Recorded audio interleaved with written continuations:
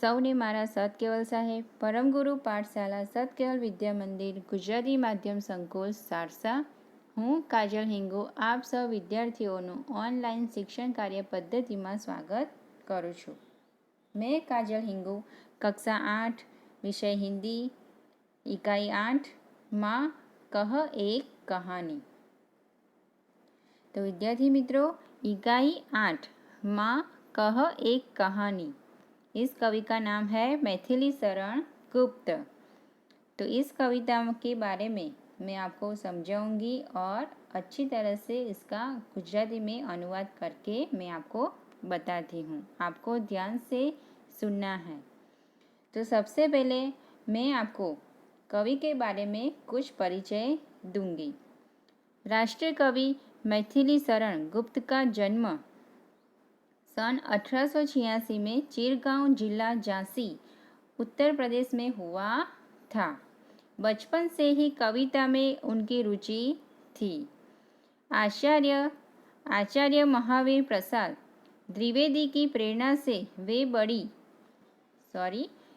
से वे खड़ी बोली की ओर मुड़े और उनकी कविता में निखार आया. उन्होंने अपनी कविताओं में भारतीय जीवन को समग्रता से समझने एवं प्रस्तुत करने का प्रयास किया है. खड़ी बोली हिंदी के आरंभिक उन्नायकों में से एक थे. साकेत गुप्त जी द्वारा लिखित महाकाव्य है. इसके अतिरिक्त यशोधरा, पंचवटी, भारत भारती तथा जयद्रथ वध आदि इनकी मुख्य काव्य कृतियाँ हैं. इनकी मृत्यु सन 1964 में हुई. इस कविता में क्या है मैं आपको ये बताती हूँ. हमारे देश में कई धर्म प्रचलित है. उनमें एक बौद्ध धर्म भी है. इस धर्म के प्रवर्तक गौतम बुद्ध जीवदया को बहुत महत्व देते हैं. इस कविता में उन्हीं के जीवन की एक घटना संवाद शैली में प्रस्तुत की गई है.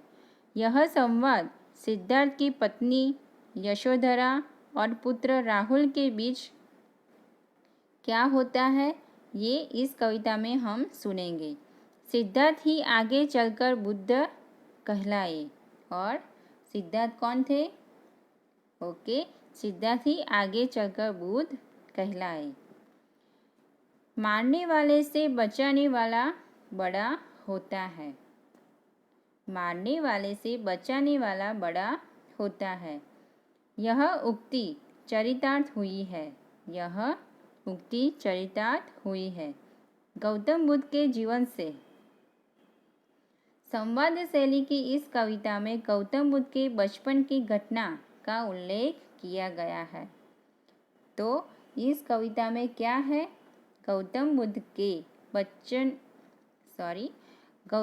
के बचपन की एक घटना का उल्लेख किया गया है, जिसमें उनका पुत्र राहुल माँ यशोधरा से राजकुमार सिद्धार्थ की उसी कहानी को दोहराने का आग्रह करता है, जिससे उपयुक्त उक्ति परिभाषित हुई थी. तो विद्यार्थी मित्रों, आपको समझ में आ गया होगा कि इस कविता में क्या है. तो हम शुरू करते हैं. माँ कह एक कहानी. बेटा, समझ लिया क्या तूने मुझको अपनी नानी? तो राहुल यशोधरा से कहता है, माँ एक कहानी सुनाओ ना. यशोधरा कहती है, बेटा तूने मुझे अपनी नानी समझ लिया है क्या? तो इसका मैं गुजराती में आपको बताती हूँ. राहुल यशोधराને કહે છે, માં એક વાર્તા કહે. યશોધરા કહે છે, બેટા તે મને તારી નાની સમજી લીધી છે કે શું? તો રાહુલ શું કહે છે? યશોધરાને વાર્તા કહેવાનું કહે છે. પણ યશોધરા શું કહે છે कि તે મને નાની સમજી લીધી છે કે શું? कहती है मुझसे यह चेटी कहती है मुझसे यह चेटी, तू मेरी नानी की बेटी। कह माँ, कह लेटी ही लेटी, राजा था या रानी, माँ कह एक कहानी। चेटी यानी दास। तो आपको ये शब्दार्थ लिखने हैं। ओके विद्यार्थी मित्रों, यह दासी मुझसे कहती है कि तुम मेरी नानी की बेटी हो। यह दासी मुझसे कहती है कि तुम मेरी नानी की बेटी हो। तुम मेरी नानी भले ना हो, पर उनकी बेटी तो हो ना, इसलिए माँ कहानी सुनाओ ना, लेटे लेटे ही सुनाओ। एक राजा था या एक रानी थी।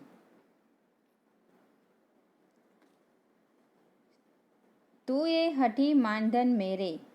तू है हठी यानी जिद्दी, मानधन यानी पुत्र। तू है जिद्दी पुत्र मेरे।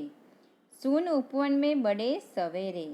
सुन उपवन यानी बगीचा में बड़े सवेरे, तात भ्रमण करते थे तेरे। तात यानी पिता, भ्रमण यानी घूमना। जहाँ सुरभि मनमानी, जहाँ सुरभि यानी खुशबू, मनमानी। जहाँ सुरभि मनमानी, हाँ माँ यही कहानी। मेरे बेटे तू बहुत जिद्दी है। क्या है? मेरे बेटे तू बहुत जिद्दी है। अच्छा तो सुन। एक दिन बड़ी सुबह तेरे पिता बगीचे में घूम रहे थे। उस समय वातावरण में मनपसंद खुशबू फैली हुई थी। वहाँ मनपसंद खुशबू खूब फैली हुई थी। हाँ माँ यही कहानी सुनाओ। મારા દીકરા તું ખૂબ જ હઠીલો છે, ભલે તો સાંભળ। એક દિવસ વહેલી સવારે તારા પિતા બગીચામાં ફરી રહ્યા હતા। વાતાવરણમાં મનગમતી સુગંધ ફેલાયેલી હતી। ત્યાં મનગમતી સુગંધ ફેલાયેલી હતી।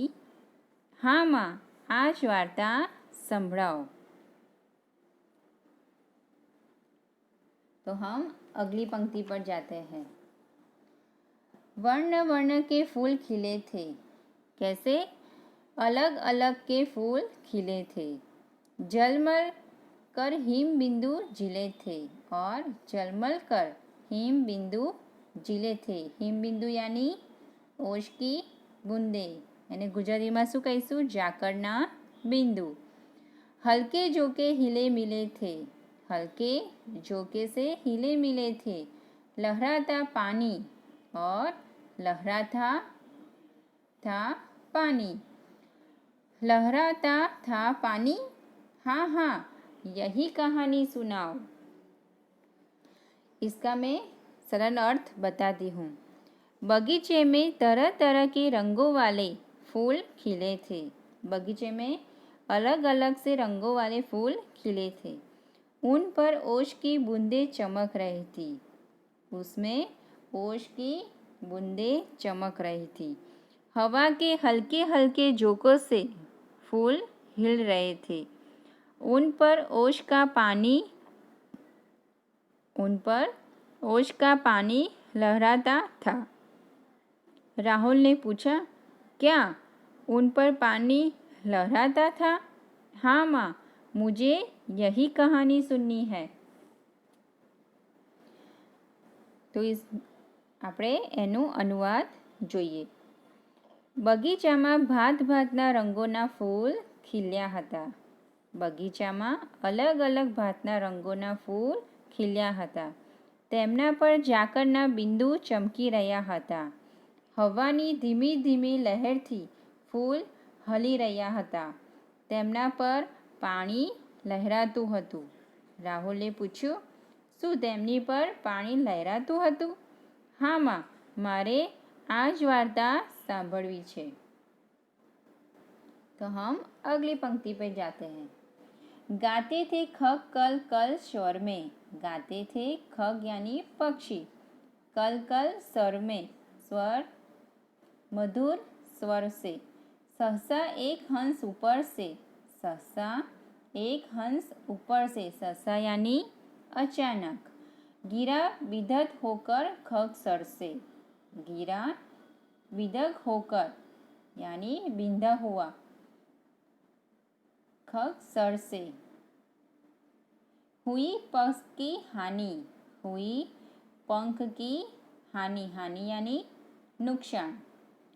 हुई पंख की हानि, करुणा भरी यह कहानी। पक्षी मधुर स्वर में गा रहे थे। कौन गा रहे थे? पक्षी।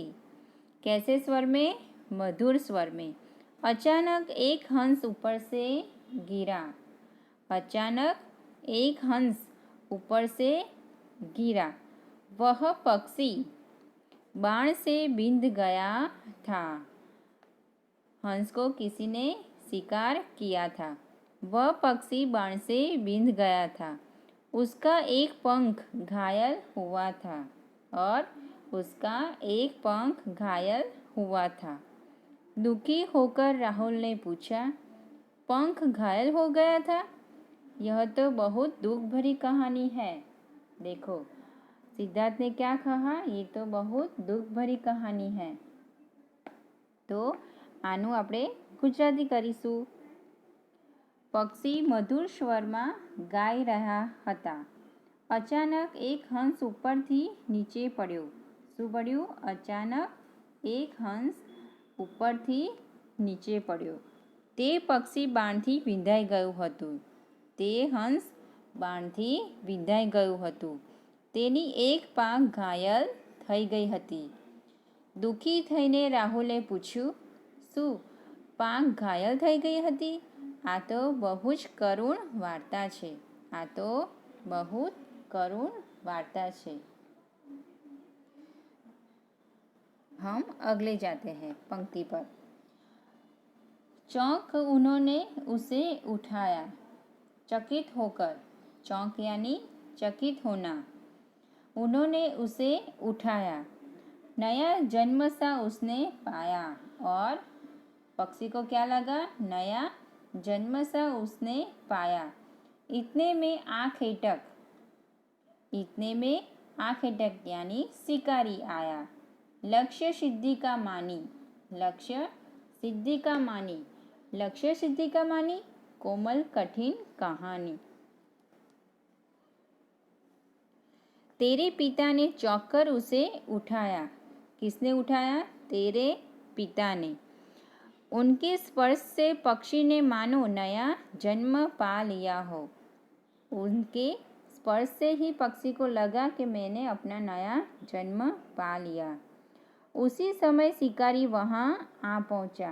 कौन वहाँ आ पहुँचा? शिकारी, जिसने हंस को मारा था। उसे इस बात का गर्व था कि उसका निशान सही बैठा है। और शिकारी को यह बात का गर्व था कि उसका निशान सही बैठा है। क्या अचूक निशानी का अभिमानी? यह तो कोमल पर कठोर कहानी है। मांगा उसने आहत पक्षी, तेरे तात किंतु थे रक्षी। तब उसने जो था खग भक्षी, हट करने की ठानी।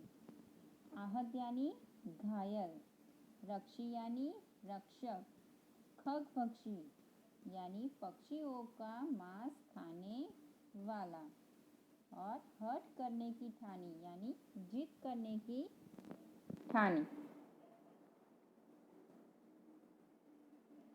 हट करने की ठानी। अब बढ़ चली कहानी, अब बढ़ चली कहानी।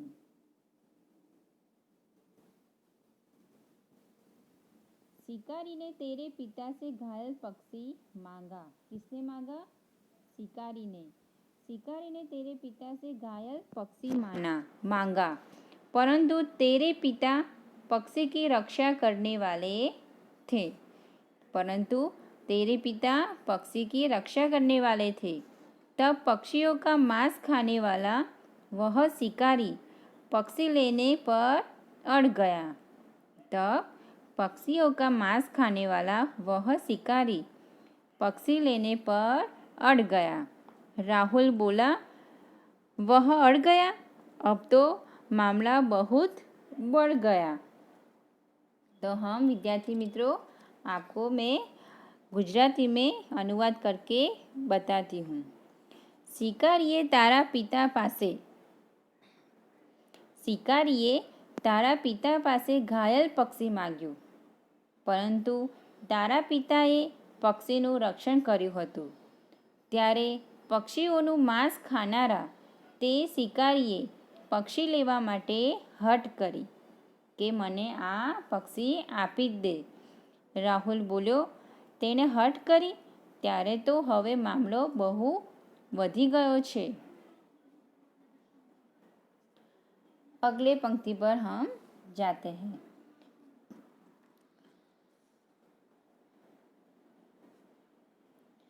हुआ विवाद सदैव निर्दय में, उभय आग्रही थे स्व विषय में।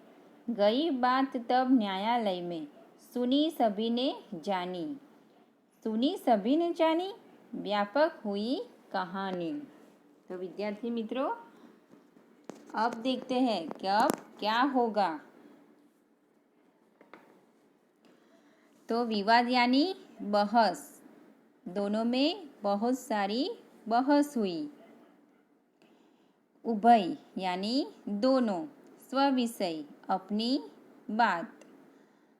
व्यापक यानी चारे बाजू फैलाओ। इस प्रकार सदैव दया करने वाले, इस प्रकार सदैव यानी दया करके बचाने वाले, और निर्दय तो निर्दयतापूर्वक मारने वाले, इस दोनों में बहस होने लगी। दोनों अपनी अपनी बात पर डटे हुए थे। दोनों अपनी अपनी बात पर डटे हुए थे। तब बात कब तक पहुंची? न्यायालय में पहुंच गई। वहाँ यह बात सभी ने सुनी और मालूम की। राहुल ने पूछा, क्या सभी ने बात सुनी और मालूम की? तो तब तो यह बात चारों ओर फैल गई होगी। तो राहुल ने क्या कहा? तब तो यह बात चारों ओर फैल गई होगी।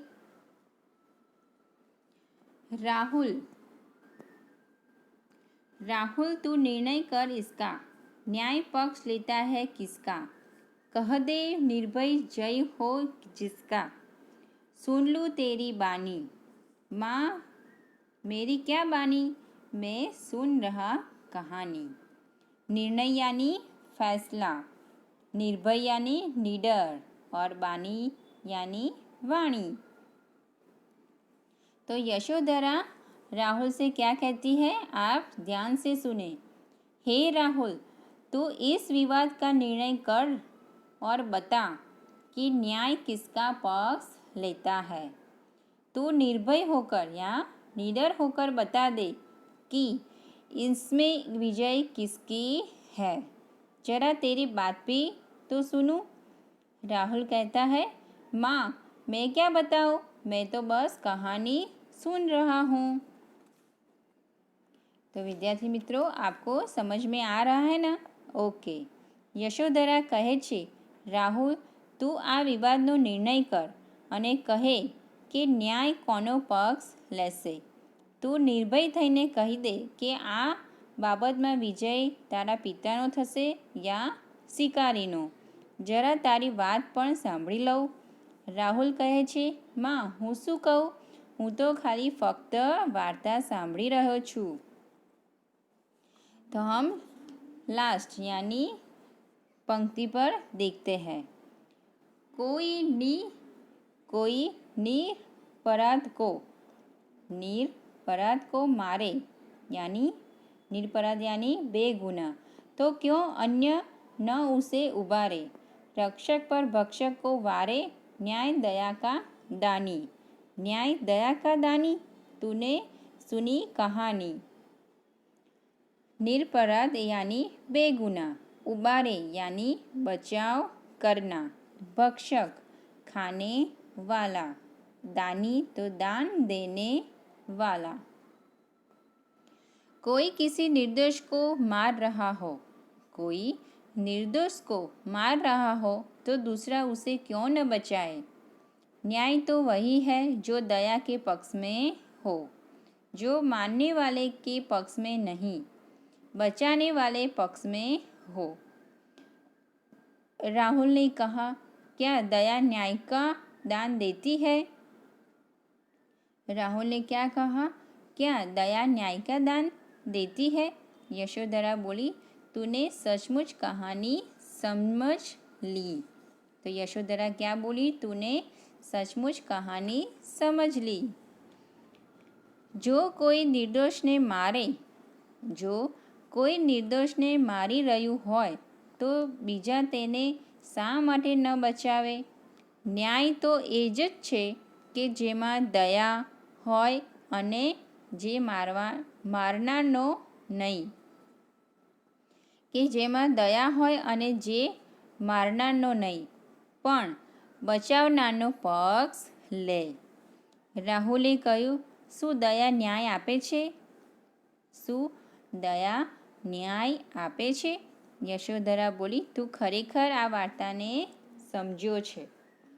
तो विद्यार्थी मित्रों, आपको इस कविताओं का लिखना है 2 बार और शब्दार्थ भी मैंने आपको लिखाया वो भी लिखना है और पुस्तक में है वो भी आपको नोट डाउन करना है। तो इसका अभ्यास स्वाध्याय आपको स्वाध्याय पोथी में भी लिखना है और नोट में नोट डाउन भी करना है।